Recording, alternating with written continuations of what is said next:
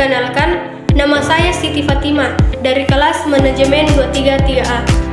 Di sini saya akan menyimpulkan hasil diskusi dari kelompok 3, di mana kelompok 3 telah membahas mengenai materi kompensasi.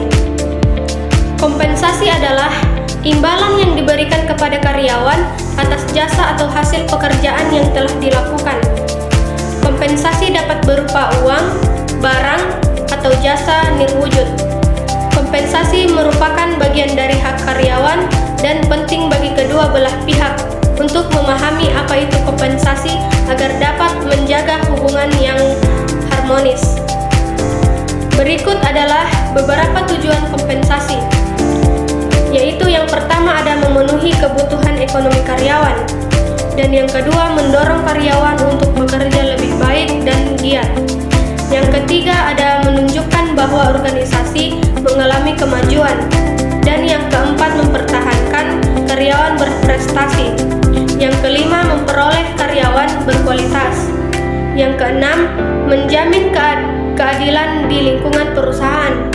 Yang ketujuh memotivasi terjadinya perubahan baik.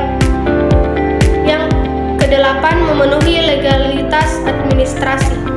Kompensasi dapat diberikan berdasarkan sistem waktu atau sistem hasil, yaitu yang pertama ada sistem waktu. Sistem waktu, besarnya kompensasi ditetapkan berdasarkan standar waktu seperti jam, minggu, atau bulanan.